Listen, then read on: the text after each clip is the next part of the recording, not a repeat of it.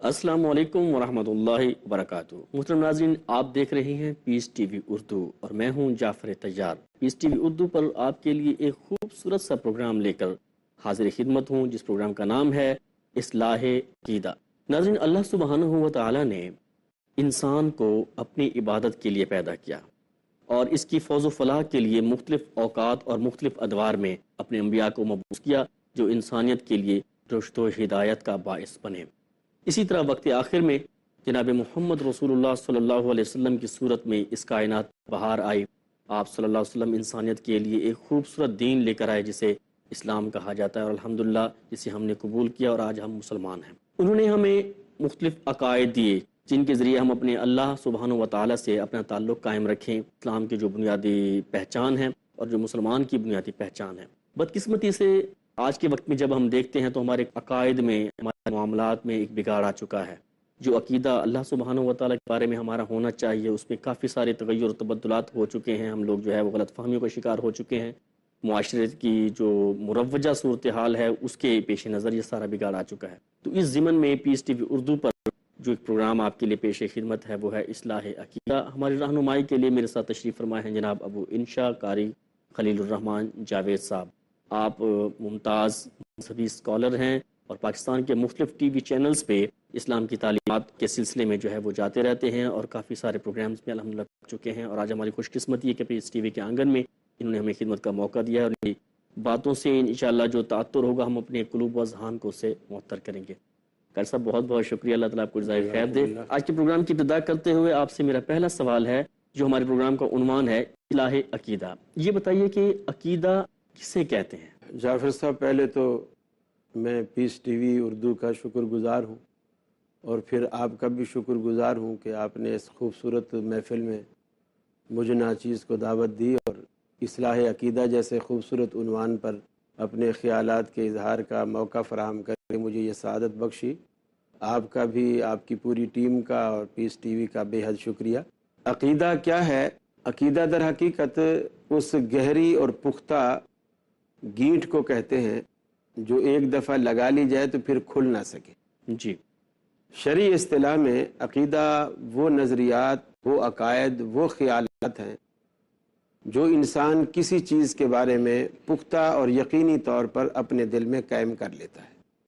مثلا اللہ کے بارے میں جو ہمارے نظریات ہیں، جو ہمارا خیال ہے کہ رب العالمین ایک ہے، شروع سے ہے، آخر تک ہے، اس کی انتہا نہیں ہے۔ اسی طرح رسول اللہ صلی اللہ علیہ وسلم کے بارے میں ہمارا یہ نقطہ نظر کہ آپ اللہ کے سچے اور آخری پیغمبر ہیں، قرآن مجید اللہ کی آسمانی کتاب ہے، جنت ہے، دوزخ ہے، یہ ساری ایمانیات ہیں۔ جی، تو شرعی اعتبار سے جن چیزوں کا شریعت ہمیں حکم دیتی ہے کہ اس بارے میں تم نے یہ نظریہ رکھنا ہے، تو ہم جب اپنے نظریات کو، اپنے تصورات کو اس طرح لے آتے ہیں قرآن و سنت کی روشنی میں، تو وہ ہمارا ایک عقیدہ کہلاتا ہے۔ اسی طرح اسلامی عقیدہ ہوتا ہے، اسی طرح غیر اسلامی عقائد بھی ہوتے ہیں۔ یعنی جو انسان جس طرح کے نظریات قائم کر لیتا ہے اپنے دل میں کسی چیز کے بارے میں، اس چیز کے بارے میں وہ اس کا عقیدہ ہے۔ جی، تو یہ عقیدے کی مختصر سی تعریف ہے کہ عقیدہ لغوی طور پر تو وہ گینٹ ہے جسے آدمی پختہ طور پر لگا لیتا ہے۔ عقد سے ہے؟ جی ہاں، عقد سے ہے۔ ٹھیک ہے۔ اور پھر یہ ہے کہ اصطلاحی طور پر ہمارے وہ نظریات جو ہم کسی چیز کے بارے میں قائم کر لیتے ہیں وہ عقیدہ ہے۔ شیخ یہ فرمائیے کہ یہ جو عقیدہ ہے، کیا ہر انسان کے لیے اس کا ہونا یعنی عقیدے کا رکھنا لازم ہے؟ بہت خوبصورت سوال ہے آپ کا، اس لیے کہ عقیدہ کسی بھی چیز کی بیس ہوتا ہے، ٹھیک ہے، بنیاد ہوتا ہے۔ ہم جو عمل کرتے ہیں، نماز پڑھتے ہیں، روزہ رکھتے ہیں، حج کرتے ہیں، یہ جو چیزیں ہیں یہ ساری کی ساری اسلام کی ایک عمارت ہے، اور یہ عمارت جب بھی بنائی جاتی ہے تو وہ کسی بیس اور کسی بنیاد پر کھڑی ہوگی، اور بنیاد اگر کچی ہوگی تو وہ عمارت دھڑام سے نیچے آ جائے گی، وہ اپنی جگہ ٹھہر نہیں سکے گی۔ تو عقیدہ اس لیے ضروری ہے کہ چونکہ اسلام کی باقی عمارت نے اس کے اوپر کھڑا ہونا ہے، تو اس اعتبار سے اس کو پختہ بھی ہونا چاہیے، مضبوط بھی ہونا چاہیے، اور بنیاد ہونی بھی چاہیے، جی، ورنہ تو وہ ساری عمارت بے بنیاد کہلائے گی۔ اگر کسی شخص کے اندر نماز، روزہ، حج، زکوٰۃ چل رہی ہے اور عقیدہ کچھ نہیں ہے، تو پھر اس کی یہ ساری عمارت جو ہے وہ بے بنیاد کہلائے گی۔ اور بے بنیاد عمارت پہ سوائے اس کے کہ ہمارا وقت ضائع ہوا، محنت ضائع ہوئی، خرچہ ہوا، اس کے سوا اس کا کوئی فائدہ نہیں ہے۔ عقیدہ اس لیے ضروری ہے کہ چونکہ باقی عمل کی عمارت نے سارا اس کے اوپر کھڑا ہونا ہے، تو اس لیے بیس کا ہونا بھی ضروری ہے اور اس کا مضبوط اور پختہ ہونا بھی ضروری ہے۔ جب ہم عقائد کی بات کرتے ہیں تو سب سے پہلے ایک لفظ آتا ہے جسے ہم سنتے یا کہتے ہیں، وہ ہے توحید۔ یہ بتائیے کہ توحید سے کیا مراد ہے؟ اللہ رب العالمین کو ایک ماننا، اس کو یکتا ماننا، اکیلا ماننا، لغوی اعتبار سے تو وحدت سے ہے، جیسے وحد یوحد سے یہ مصدر ہے اس کا توحید، ٹھیک ہے، لیکن اصطلاحی طور پر توحید اللہ رب العالمین کو ہر اعتبار سے، اس کی ذات کے اعتبار سے، صفات کے اعتبار سے، احکامات کے اعتبار سے، ہر اعتبار سے اللہ رب العالمین کو یکتا ماننا، ساجھوں سے، شریکوں سے، ہمسروں سے بالکل پاک سمجھنا اور کسی کو بھی اس کے برابر نہ سمجھنا، یہ نظریہ جو ہے یہ نظریہ توحید کہلاتا ہے۔ یعنی اللہ رب العالمین کو وحدہ لا شریک مانے، کسی کو شریک نہ سمجھے، ذات میں بھی، صفات میں بھی اور احکامات میں بھی، ہر اعتبار سے اس کو اکیلا مانے۔ جب کسی شخص کے دل و دماغ میں یہ چیز راسخ ہو جاتی ہے تو ہم کہتے ہیں کہ یہ شخص موحد ہے، اس کے اندر توحید آ گئی ہے۔ اچھا، یہ بتائیے توحید کی کچھ اقسام بھی ہیں؟ جی ہاں، توحید کی 3 بنیادی اور بڑی اقسام ہیں، جو ایک تو اللہ رب العالمین کی ذات، اس اعتبار سے اللہ رب العالمین کو اکیلا مانا جائے، جیسے قرآن مجید نے کہا قل هو اللہ احد اللہ الصمد لم یلد ولم یولد۔ ذات کے اعتبار سے جیسا کہ عیسائیوں نے کہا کہ عیسیٰ علیہ السلام اللہ کے بیٹے ہیں، یہودیوں نے کہا کہ عزیر علیہ السلام اللہ کے بیٹے ہیں، قالت الیہود عزیر ابن اللہ قالت النصارى المسیح ابن اللہ۔ عیسائیوں نے عیسیٰ کو اللہ کا بیٹا بنا دیا، یہودیوں نے عزیر علیہ السلام کو اللہ کا بیٹا بنا دیا۔ یا بعض کلمہ پڑھنے والوں نے رسول اکرم صلی اللہ علیہ وسلم کی محبت اور عقیدت میں اتنا غلو کیا کہ انہوں نے اس کو اللہ کے نور کا ایک جز قرار دیا، اور نور من نور اللہ کی اصطلاح استعمال کی گئی۔ تو یہ ساری چیزیں اللہ رب العالمین کا جز بنانا ہے، اللہ کی ذات کا کسی کو شریک ٹھہرانا ہے، تو اس اعتبار سے بھی وہ شرک کہلاتا ہے۔ اور یہ جو جتنے اللہ رب العالمین کی ذات میں، صفات میں اور احکامات میں جتنی بھی شریک ہیں، یہ شرک اکبر کے دائرے میں آتے ہیں۔ یعنی جو بڑا شرک ہے وہ اصل یہی ہے کہ اللہ رب العالمین کی یہ تینوں جو توحید والی اقسام ہیں، ان تینوں میں کسی کو شریک ٹھہرایا جائے۔ اور جو صفات ہیں، اللہ رب العالمین رازق ہے، مالک ہے، خالق ہے، وہ سمیع ہے، بصیر ہے، علیم ہے، خبیر ہے۔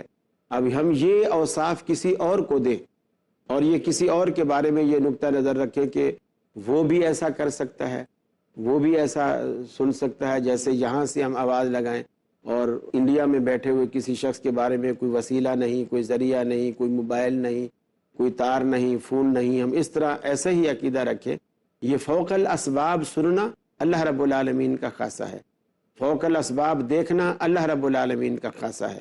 تو ہم فاصلے کے بھی محتاج ہیں، جی، اپنی بات سننے کے لیے بھی اور اپنی بات سنانے کے لیے بھی ہم مخصوص فاصلے کے محتاج ہیں، کان کے محتاج ہیں، بولنے کے لیے زبان کے محتاج ہیں، دیکھنے کے لیے آنکھ کے محتاج ہیں۔ اللہ رب العالمین کا دیکھنا سننا سب فوق الاسباب ہے، ٹھیک ہے، اور ان چیزوں کا محتاج نہیں ہے۔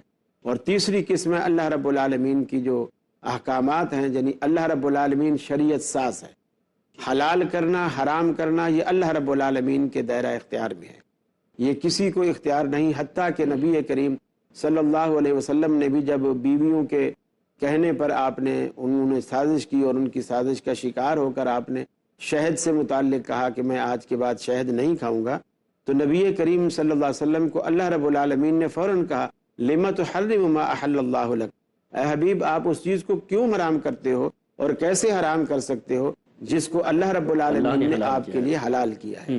تو گویا یہ شریعت سازی ہے، حلال کو حرام کہنا یا حرام کو حلال کہنا، یہ پاور صرف اللہ رب العالمین کو ہے۔ گویا یہ بات یہاں پہ ثابت ہوتی ہے کہ یہ اتھارٹی نبی کو بھی حاصل نہیں ہے۔ بالکل، نبی اللہ کی وحی کا پابند ہے، نبی ہمیں آگاہ ضرور کرتا ہے، یعنی جب اللہ سے وحی پاتا ہے تو وہ ہمیں آگاہ کرتا ہے کہ اللہ نے تمہارے لیے یہ حکم دیا ہے۔ یہی وجہ ہے کہ نبی کریم صلی اللہ علیہ وسلم نے یہ بھی فرمایا کہ انتم عالم بامور دنیاکم، کہ دین کے معاملے میں تو تم میری وحی کے پابند ہو، کہ میرے حکم کے پابند ہو، میری اطاعت کے پابند ہو، لیکن دنیا کے معاملے میں انتم عالم بامور دنیاکم، تم دنیا کے معاملے مجھ سے بہتر جانتے ہو۔ چنانچہ حدیث میں آتا ہے، یہ بات آپ نے اس وقت کہی جب آپ ہجرت کر کے مکے سے مدینہ تشریف لے گئے، تو وہاں جب آپ پہنچے تو مدینے میں ایک رواج تھا کہ وہ نر کھجوروں کے بیج لیتے اور مادہ کھجور کے اندر اس کو ڈال دیتے۔ تو اس سے یہ فائدہ ہوتا تھا، خالی بیج ڈالنے سے یہ فائدہ ہوتا تھا کہ وہ کھجوریں بہت زیادہ پھل لاتی تھی، پھل زیادہ ہوتا تھا۔ جی جی، اور یہ اس طرح اللہ تعالیٰ نے نر اور مادہ کا جس طرح انسانوں میں رکھا ہے، جانوروں میں رکھا ہے، اسی طرح پودوں کے اندر بھی ایسا حساب ہے۔ جیسے یہ کھجور کی مثال ہے، اسی طرح کراچی کے اندر ہم دیکھتے ہیں ناریل کے اندر بھی یہی چیز ہے، یعنی اگر ایک مادہ ہوتی ہے تو اس کے برابر میں اگر 3-4 مادہ پودے لگے ہوئے ہیں ناریل کے، اور اس کے ساتھ ایک نر پودا اس باغ میں ہو، تو ہوا جب چلتی ہے تو ہوا کے اثرات ایسے ہوتے ہیں کہ وہ مادہ پھل زیادہ دیتی ہے، اور اگر نر وہاں سے کاٹ دیا جائے تو پھر مادہ سے وہ پھل حاصل نہیں ہوتا۔ اسی طرح پپیتے کے اندر بھی یہ چیز ہم نے دیکھی ہے کہ اگر 10-12 مادہ پودے پپیتے کے ہیں تو اس میں ایک آدھ نر جو ہے وہ ہونا بھی ضروری ہے، جو ہواؤں کے چلنے سے ہی اللہ تعالیٰ اس کا اثر وہاں تک پہنچا دیتا ہے۔ چنانچہ مدینے میں جب صحابہ کرام ایسا کرنے لگے تو نبی کریم صلی اللہ علیہ وسلم نے فرمایا، تم ایسا کیوں کرتے ہو؟ انہوں نے کہا یا رسول اللہ، اس طرح جو ہے ہمیں پھل زیادہ ملتا ہے تو اس وجہ سے ہم ایسا کرتے ہیں۔ تو آپ صلی اللہ علیہ وسلم نے فرمایا کہ لو لم تفعلوا کان خیر لکم، اگر تم ایسا نہ کرو تو شاید تمہارے حق میں یہ بہتر ہو۔ اب انہوں نے کہا رسول اکرم صلی اللہ علیہ وسلم نے منع فرمایا ہے تو ہم نہیں کرتے، ہمارے حق میں یہی بہتر ہوگا۔ انہوں نے نہیں کیا، نتیجہ یہ نکلا کہ جس کھجور سے منوں کے حساب سے پھل اتارتے تھے وہاں وہ کلو اور سیروں کے حساب سے وہ پھل اترا، یعنی پیداوار کم ہو گئی، پیداوار کم ہو گئی۔ اور انہوں نے رسول اللہ صلی اللہ علیہ وسلم سے آ کر کے شکایت کی کہ یا رسول اللہ، ہم نے تو آپ کے کہنے پر عمل کیا اور یہاں ایسا ہو گیا۔ تو آپ نے یہاں 2 باتیں فرمائی، ایک تو آپ نے یہ فرمایا انتم عالم بامور دنیا، کہ تم اپنے دنیا کے معاملے جو ہے وہ بہتر جانتے، تم دنیا دار ہو، تم دنیا کے معاملے جانتے ہو، دنیا کے معاملے میں زیادہ نہیں جانتا، تم زیادہ جانتے ہو۔ اچھا شیخ صاحب، یہیں سے یہ ہمارے وقت ہوا ایک بریک کا، کیونکہ پابندی وقت جو ہے نا وہ ہمیں مجبور کرتی ہے بریک کے لیے، یہیں سے اپنی بات کو ہم کنٹینیو کریں گے۔ ناظرین ملتے ہیں ایک مختصر سے بریک کے بعد، اور اس بریک کے بعد جانیں گے شیخ صاحب کی یہ والی بات۔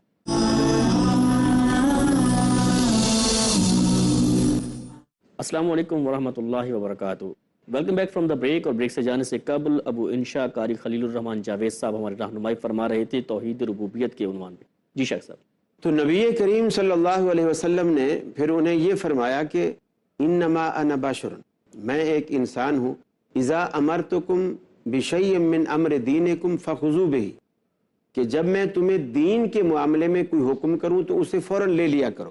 وَإِذَا أَمَرْتُكُمْ بِشَيْءٍ مِّن رَائِي، جب میں اپنی رائے سے، یعنی ایک میری 2 حیثیتیں ہیں، گویا آپ کے کہنے کا مقصد یہ تھا، ایک میری حیثیت محمد الرسول اللہ کی ہے صلی اللہ علیہ وسلم، اور دوسری میری حیثیت محمد بن عبداللہ کی ہے، یعنی آدم کا بیٹا بھی ہوں اور اللہ کا رسول بھی ہوں۔ جب ابن آدم ہونے کی حیثیت سے اگر میں تمہیں کوئی حکم دیتا ہوں تو اس میں تمہیں اختیار ہے، ماننے کا بھی اور نہ ماننے کا بھی، اور جب میں اللہ کے رسول کی حیثیت سے تمہیں حکم دیتا ہوں پھر تمہارا وہ اختیار ختم ہو جاتا ہے، پھر تمہیں ہر شکل میں اس کو ماننا ہی ہے۔ جس طرح کہ حضرت بریرہ رضی اللہ تعالی عنہ کا معاملہ ہے، مغیث اس کے پیچھے دیوانہ وار پھرتا ہے، تو اس سے جب پوچھا گیا تو اس نے کہا مجھے پسند ہی نہیں، پہلے تو میں اس لیے رہ رہی تھی کہ میرا بس نہیں چلتا تھا، لونڈی تھی، ٹھیک ہے، اب مجھے اختیار ملا ہے تو میں تو، اب اس نے انکار کر دیا۔ تو حدیث میں آتا ہے کہ صحابہ بیان کرتے ہیں کہ مغیث سارا دن روتا رہتا اور اس کے پیچھے بھاگتا رہتا اور بریرہ بریرہ بریرہ جیسے کوئی دیوانہ ہو جاتا ہے، اس طرح کی صورتحال۔ تو نبی کریم صلی اللہ علیہ وسلم کو بھی دیکھ کر ترس آیا اور آپ نے بریرہ کو بلایا اور کہا کہ بریرہ، مغیث کی حالت دیکھو اور تم سے اتنا بہت پیار کرتا ہے، لہٰذا تمہیں اس کا خیال کرنا چاہیے اور اس کی محبت کا جواب تمہیں بھی محبت سے دینا چاہیے۔ اس نے کہا یا رسول اللہ، پہلے مجھے یہ بتائیں، یہ آپ کا حکم ہے یا آپ کی رائے ہے؟ سبحان اللہ، یعنی اس نے یہی فرق پوچھا، کیا بات، کہ یہ آپ کا حکم ہے یا آپ کی رائے؟ آپ نے فرمایا حکم تو یہی ہے، تجھے اختیار ہے۔ کیا بات۔ لیکن ایک گھر کے بڑے فرد کی حیثیت سے اور مغیث کی یہ حالت دیکھ کر تھوڑا سا رحم اور ترس آتا ہے، اس وجہ سے میں تمہیں کہہ رہا ہوں کہ تم